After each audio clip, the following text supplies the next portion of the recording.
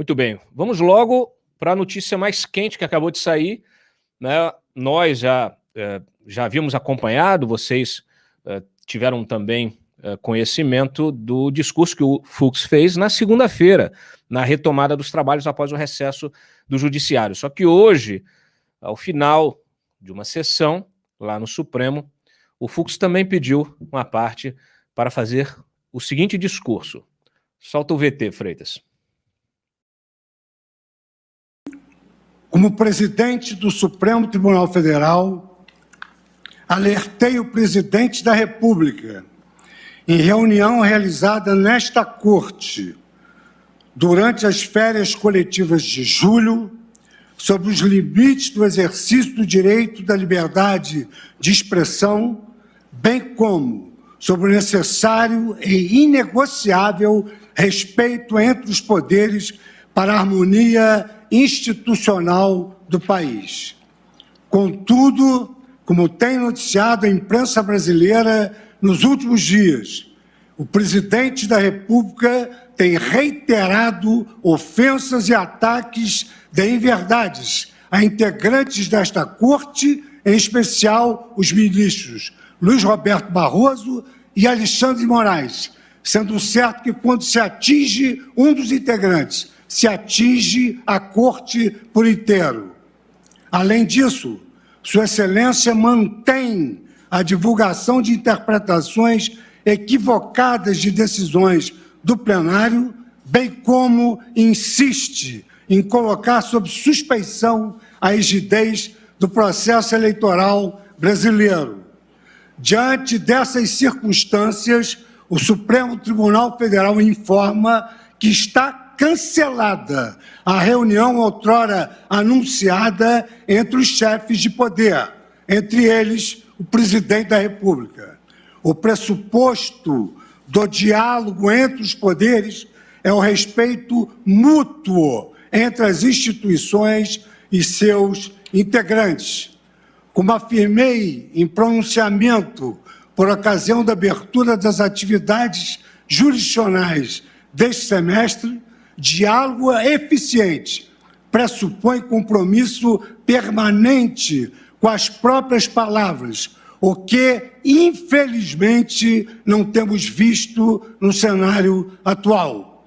O Supremo Tribunal Federal, de forma coesa, segue ao lado da população brasileira em defesa do Estado democrático de direito e das instituições republicanas e se manterá firme em sua missão de julgar com independência e imparcialidade, sempre observando as leis e a Constituição. Bom, acabou o diálogo, acabou o respeito e agora o que você tem é um enfrentamento institucional.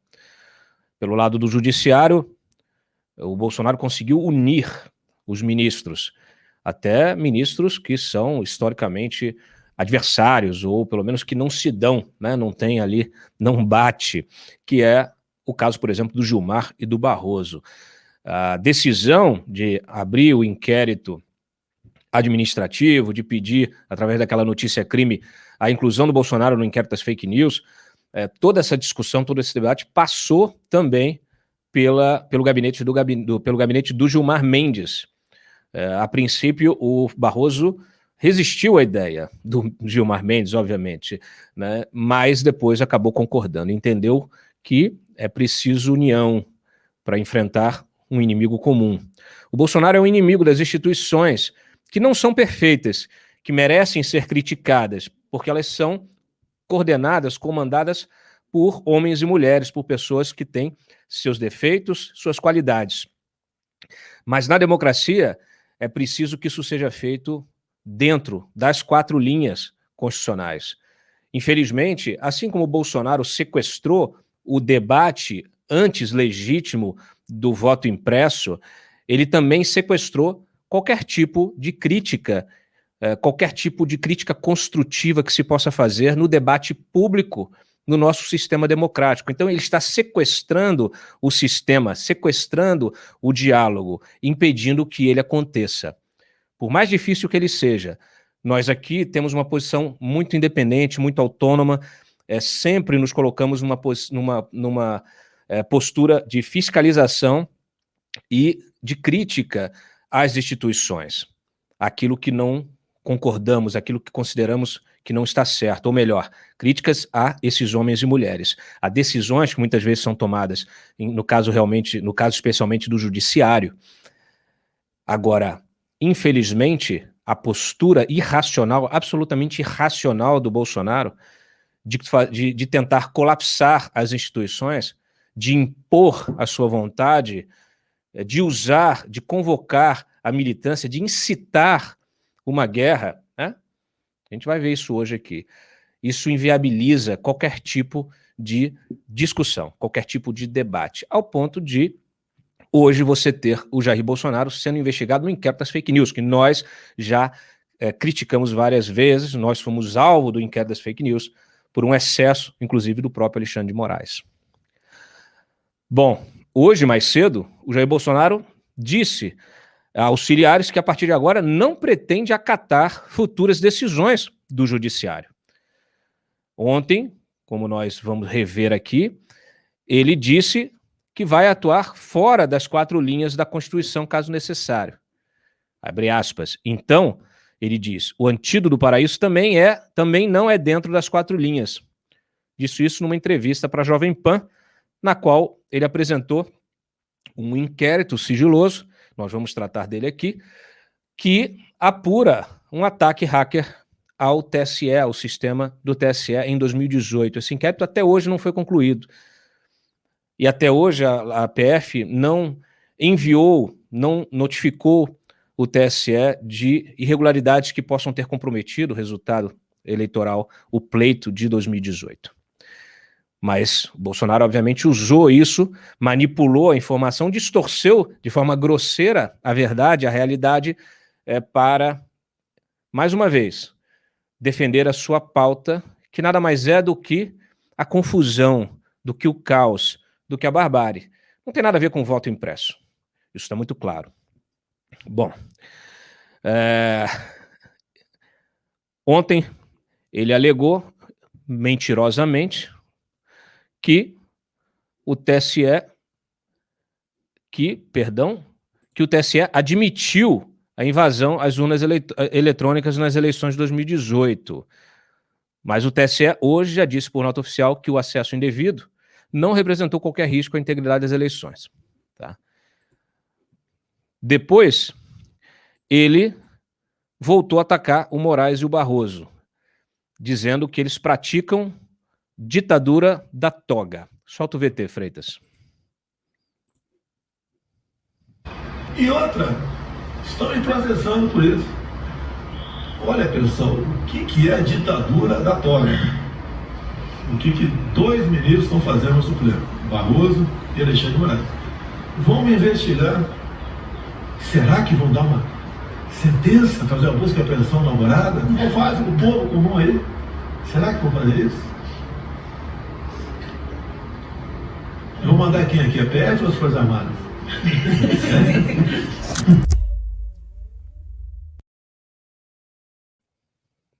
Bom, o desrespeito e a garantia da impunidade. Ele está certo de que tem a Polícia Federal e as Forças Armadas na mão. É isso que deixou claro com essa declaração.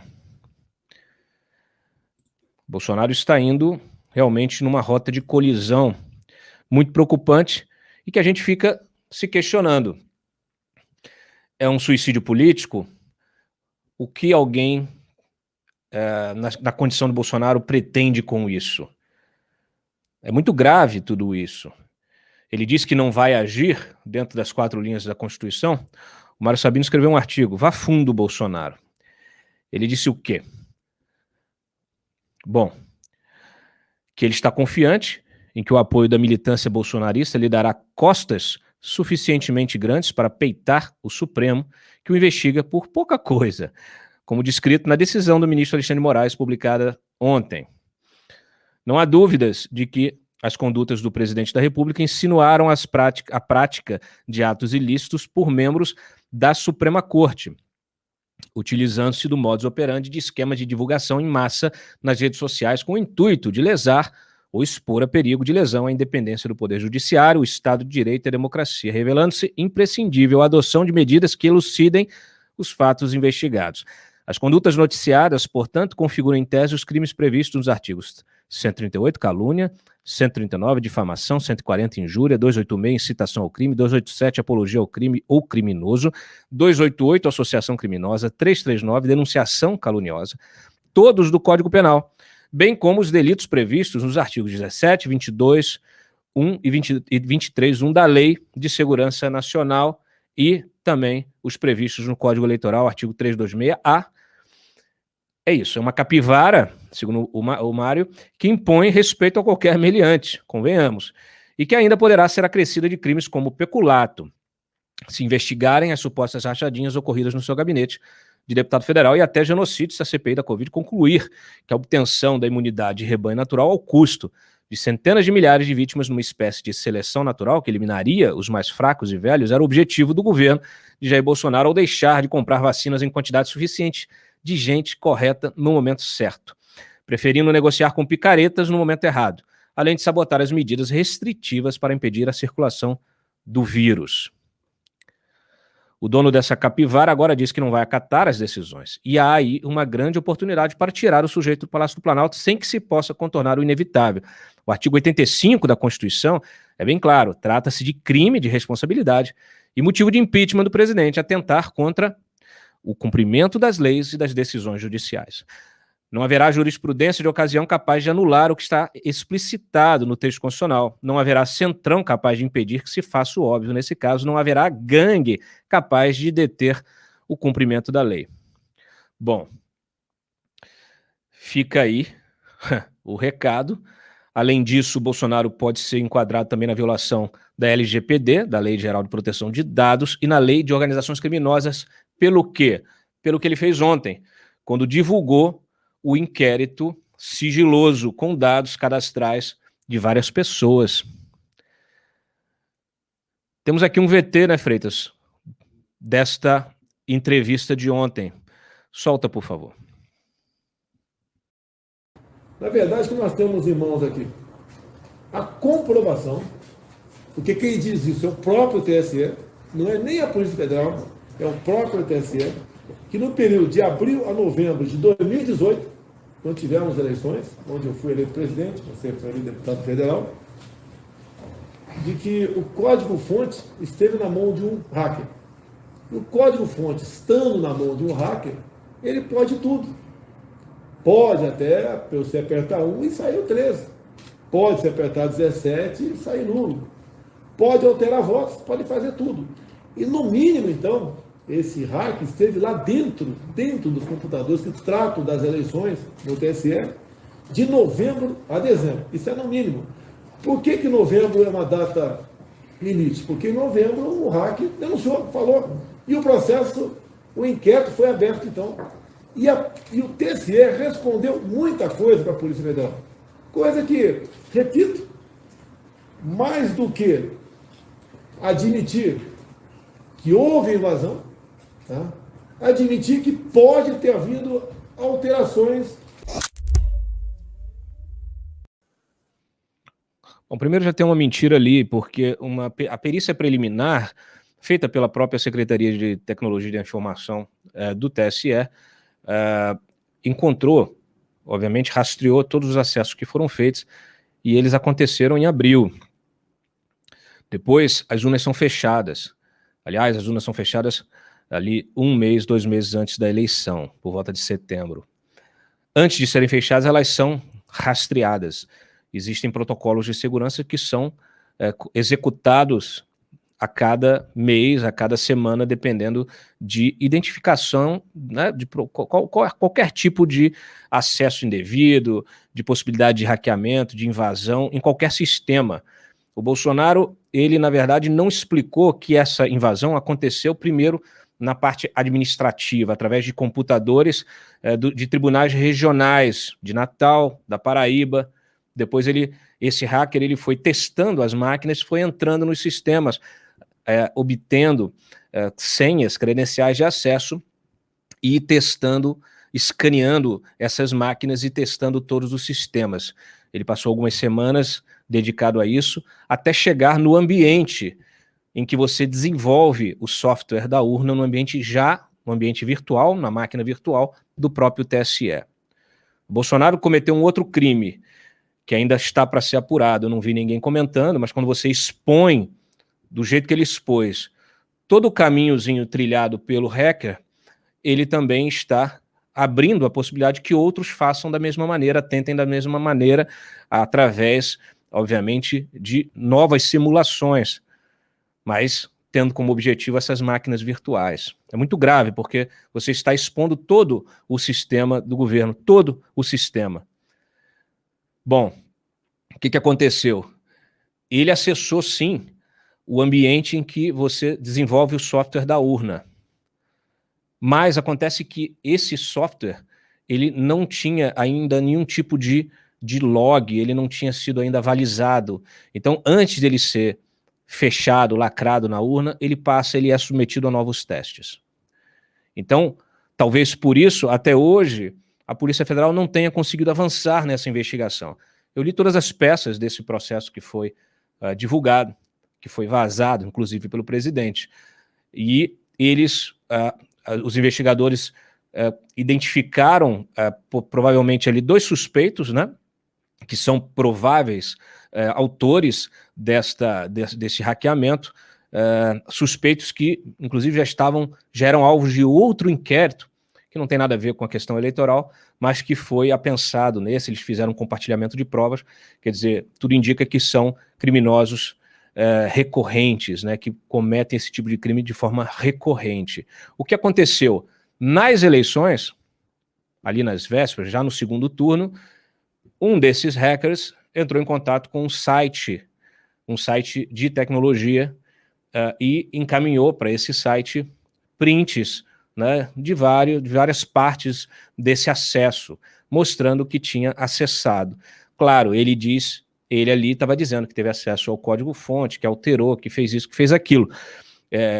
Existe sim o registro dele ter tido acesso a esse código-fonte, como acontece também com vários partidos fiscais que podem ter acesso ao código-fonte quando os hackers do bem, né, os white hat vêm para participar de testes de urna, eles também têm acesso a esses código-fontes. Então, isso é muito diferente de você modificar este código-fonte de forma que ele seja capaz de produzir um resultado diferente daquele que a urna produz na eleição. Lembrando que essa urna ela é desacoplada, ela não está conectada à internet. Então, uma vez que você coloca esse software e você lacra a urna, não há mais acesso a essa urna, não há como fazer qualquer acesso. Então, quando ele diz que ele está acessando a urna, né, em novembro, não sei o quê, é mentira.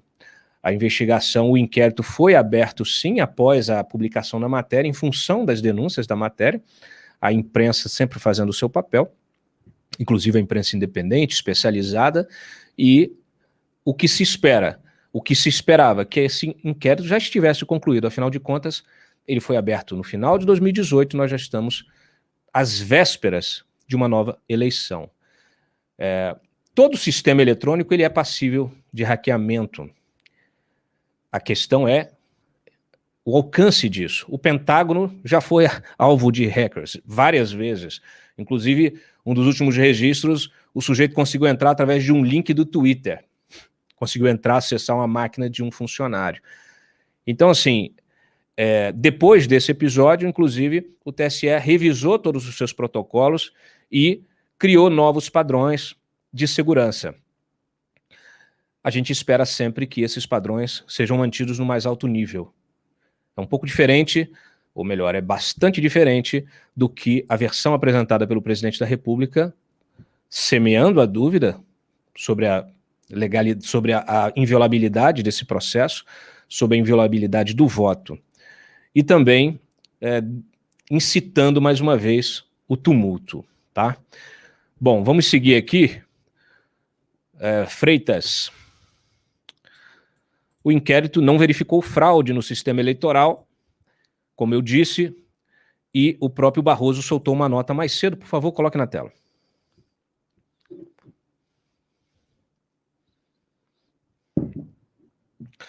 Os pontos aqui elencados pelo ministro. O episódio de 2018 foi divulgado à época em veículos de comunicação diversos, embora objeto de inquérito sigiloso, não se trata de informação nova. O acesso indevido ao objeto da investigação não representou qualquer risco à integridade das eleições de 2018. Isso porque o código-fonte dos programas utilizados passa por sucessivas verificações e testes aptos a identificar qualquer alteração ou manipulação. Nada de anormal aconteceu. Cabe acrescentar que o código-fonte é acessível a todo tempo aos partidos políticos, à OAB, à Polícia Federal e a outras entidades que participam do processo. Uma vez assinado digitalmente e lacrado, não existe a possibilidade de adulteração. Aliás, eu conversei com um especialista nisso que me disse o seguinte: se você altera esse software, quando você coloca a urna para rodar, ela não roda. Existe um sistema de segurança que impede que esse programa rode se ele for adulterado, uma vez que esteja lacrado. Ele até confirma aqui, ó, o programa simplesmente não roda. Estou aqui repetindo informação. Cabe reiterar que as urnas eletrônicas jamais entram em rede. Por não serem conectadas à internet, não são passíveis de acesso remoto, o que impede qualquer tipo de interferência externa no processo de votação e de apuração. Por essa razão, é possível afirmar com margem de certeza que a invasão investigada não teve qualquer impacto sobre os resultados das eleições. O próprio TSE encaminhou à Polícia Federal as informações necessárias à apuração dos fatos e prestou as informações disponíveis. Caso tivesse algo a esconder, nunca teria feito esse tipo de procedimento, né? Teria tentado abafar. A investigação corre de forma sigilosa, nunca se comunicou ao TSE qualquer elemento indicativo de fraude. Lembrando que o pedido de abertura deste inquérito já acontece com o Bolsonaro eleito, no período de transição. O inquérito é aberto com o Bolsonaro presidente. Inclusive, a gente publicou mais cedo que o escrivão, um dos escrivãos, o escrivão que faz parte desse processo, é da mesma turma do Eduardo Bolsonaro, da turma de formação na Academia da Polícia lá, que ele também fez concurso de escrivão. Então, olha só, de 2018 para cá, o cenário mundial de cibersegurança se alterou, sendo que novos cuidados e camadas de proteção foram introduzidos para aumentar a segurança de todos os sistemas informatizados. Por fim, e mais importante que tudo, o TSE informa que os sistemas usados nas eleições de 2018 estão disponíveis na sala cofre para os interessados que podem analisar tanto o código-fonte quanto os sistemas lacrados e constatar que tudo transcorreu com precisão e lisura. Tá? Então está aí o posicionamento do presidente do TSE, o ministro Barroso. Além disso, o que eu posso destacar para vocês aqui? Bom, o Bolsonaro, obviamente, voltou hoje de manhã a atacar o Barroso. Aliás, logo no café da manhã, né, botou no Twitter, bem cedinho, colocou no Twitter lá uma decisão de indulto que teria sido tomada pelo Barroso em relação ao Zé Dirceu. E o Barroso até rebateu. Quem concede indulto é o presidente da República, deixando claro a ignorância do presidente da República em relação a uma coisa que faz parte da sua atribuição. E aí tem um VT de novos ataques dele ao Barroso. Solta o VT, Freitas, por favor. Quem é o senhor Luiz Barroso? Ele chegou ao Supremo por indicação do PT por ter defendido um terrorista, Cesare Battisti. Dentro do Supremo, ele começou a botar seu ativismo judicial a serviço da sua ideologia. Ele é favorável à legalização do aborto. Ele é favorável à legalização das drogas. Ele é favorável à diminuição do estupro de vulnerável. O que é isso? Se uma menina de 14 anos tem relações sexuais com um adulto, isso não é estupro. Acima de 14 anos. Abaixo de 14 anos, mesmo com o consentimento da menina, isso é estupro. E ele quer baixar essa idade de 14 para 12 anos. Eu pergunto, eu tenho uma filha que está fazendo 11 anos agora.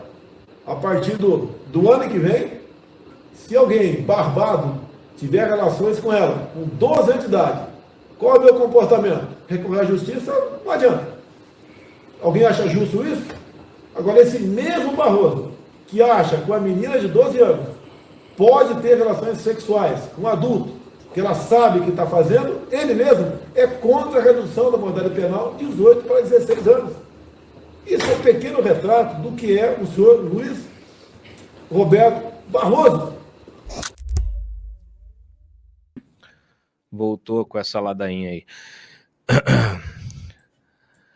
Olha, essa gente é tão patética que o filho, obviamente, que o fruto não cai longe da árvore, o Eduardo Bananinha, agora quer incluir o Barroso no inquérito das fake news também. É claro que é uma piada isso aqui. Ele disse que encaminhou um ofício ao Alexandre de Moraes para incluir o Barroso, porque diz que o Barroso está mentindo. E também pediu à Polícia Federal que seja retido o passaporte do Giuseppe Janino, que era o ex-secretário de Tecnologia de Informação do TSE. Além disso, ele começou a recolher assinaturas para uma CPI do TSE, ou CPI das urnas eletrônicas. Imagina o que vai dar, né? A gente já está vendo com um certo desgosto o trabalho da CPI. Solta o VT para o pessoal se divertir um pouquinho, Freitas. Presidente, primeiramente, queria dar notícia aqui de que estou coletando assinaturas para uma CPI, o que eu estou chamando de CPI do TSE, em virtude de ontem o presidente Jair Bolsonaro, numa transmissão da Jovem Pan, junto com o deputado Felipe Barros, explanaram um relatório da Polícia Federal em que o próprio TSE, através de um documento assinado pelo senhor Giuseppe Janino, que é o técnico responsável pela tecnologia da informação, tido como o pai das urnas eletrônicas, admite que, de abril a novembro de 2018, um hacker teve acesso aos sistemas do TSE. E, além disso, ele teve acesso também aos códigos-fonte. Ou seja, ele foi no coração do sistema. Nos documentos, o técnico Giuseppe Janino, peço aqui até licença para ler uma parte do relatório da Polícia Federal, não é o Eduardo, o Jair Bolsonaro ou o Felipe Barros estão falando, não, da Polícia Federal, que tem esse relatório do TSE, abre aspas, assinado pelo senhor Giuseppe Janino. As senhas de oficialização permitem a alteração de dados de partidos e candidatos, até mesmo a exclusão, no contexto de um processo eleitoral, ou seja, no caso concreto, afeta somente a eleição suplementar de 2018 de Aperibé. O que ele está dizendo aqui? Que pelo menos na eleição de Aperibé, no Rio de Janeiro, o hacker teve acesso ao sistema, podendo fazer aquelas suspeitas que em 2018 todo mundo viu por todos os cantos, de eleitores que, quando iam votar, apertavam o número e já aparecia outro candidato e finalizava a votação. Para ficar aqui apenas em um exemplo de possibilidade de fraude. O senhor Barroso sabia disso, mas publicamente, deputado Hélio, o que o ministro Barroso falava? Fiquem tranquilos, o sistema é inviolável. Ou seja, mentiu. E já que o ministro Barroso oficiou ao Alexandre de Moraes, presidente do inquérito das fake news, que fosse incluso Jair Bolsonaro no inquérito das fake news, eu fiz hoje também um ofício para o ministro Alexandre de Moraes para incluir o ministro Barroso no inquérito das fake news. Vamos ver, delegado Éder Mauro, o que o ministro Barroso vai me dizer. Ou será que pau que dá em Chico não dá em Francisco? E para piorar a história, para acabar aqui com essa questão do relatório da Polícia Federal, pasmem, todos os registros por onde tramitou o hacker foram deletados. Os logs foram suprimidos, foram deletados. Está com medo de quê, TSE? Porque, tendo acesso a esse rastro, nós poderíamos saber se em 2018 esse hacker conseguiu alterar alguma coisa dentro da urna. Bom, é aquela velha história, né? A estratégia da pós-verdade, ela é muito, vamos dizer assim, ela é muito curiosa, porque você nunca tem a verdade, você sempre tem uma meia-verdade.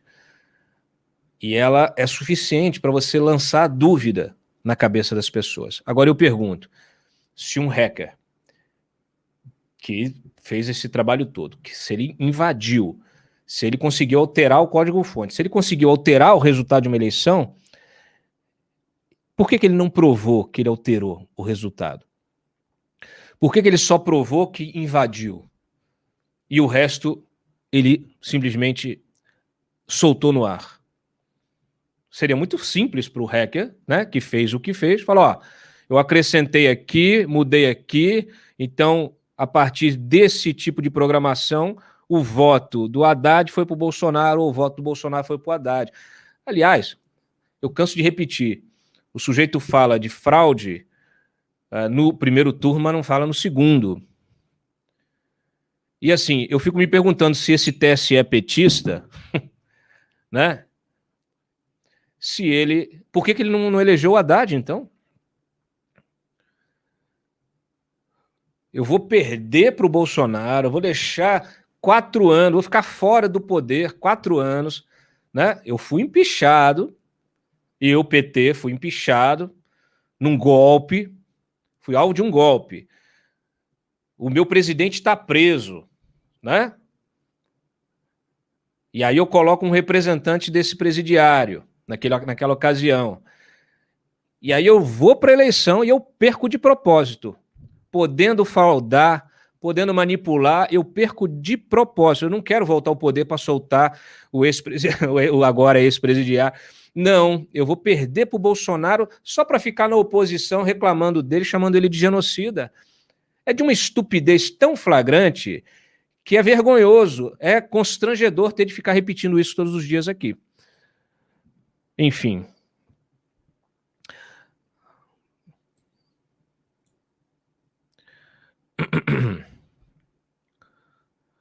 Inclusive, essa parte que ele falou está num documento, numa resposta oficial do Cristiano Moreira Andrade, que é da área de infraestrutura do TSE, à Polícia Federal. E ele diz, em atenção ao questionamento sobre evidências de que o TSE possua,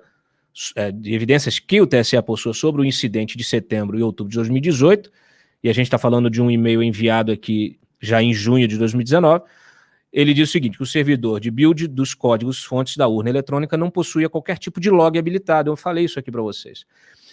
E aí diz que devido a manutenções para solucionar travamento do firewall do TSE, a equipe da Global IP realizou reinstalação do serviço de gerência, não tendo o devido cuidado de não prejudicar os logs armazenados. Quer dizer, fez na hora de reinstalar, não teve o devido cuidado. O volume de logs configurado para a empresa ficou em apenas 80 GB, sendo suficiente para apenas 2 dias, considerando-se o volume de acesso durante o período eleitoral. Mais uma vez, uma questão absolutamente técnica, que ele usa para dizer, olha, apagaram os rastros.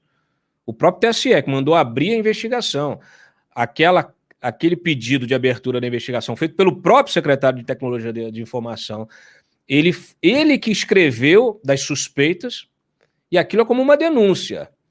Você coloca as suspeitas, as teses que você precisa comprovar. Teses que, até o momento, não foram comprovadas. Você olha o inquérito de cima a baixo e não tem nada. Então, esse é o problema da pós-verdade, esse é o problema da fake news. Ela usa as meias-verdades, trechos, pedaços, e nunca é claro o suficiente para você dizer é incontestável. Eu canso de dizer para vocês aqui, os fatos, né, derrubam os argumentos. Agora, você precisa ter esse fato ele inteiro, íntegro, e não um pedacinho do fato. Tem memes, né, na internet que você vê o sujeito no muro, né, as crianças no muro, aí quando você vira para o outro lado, você vê cada uma está em cima de um negócio. É uma questão de perspectiva, você só consegue enxergar essa realidade quando ela se apresenta de forma inteira. E essa gente maldita se utiliza dessa estratégia diariamente, dioturnamente, para criar confusão, para plantar dúvida na cabeça, né, das pessoas e para criar agitação num país já absolutamente, prejudicado, com mais de 500 hoje, mais de 560 mil mortos de Covid, com uma CPI que completou 100 dias sem trazer nenhum resultado prático. Vou falar isso também. Com o desemprego batendo recorde, 14,6%, com a inflação começando a disparar, quer dizer, já vinha disparando, agora estão elevando a Selic para tentar segurar. Ah, mas o Paulo Guedes disse meses atrás que agora, né, os fundamentos da economia eram outros. Não precisa mais mexer na Selic, deixa ela baixinha. Se o dólar chegar a R$5, eu me jogo dessa janela.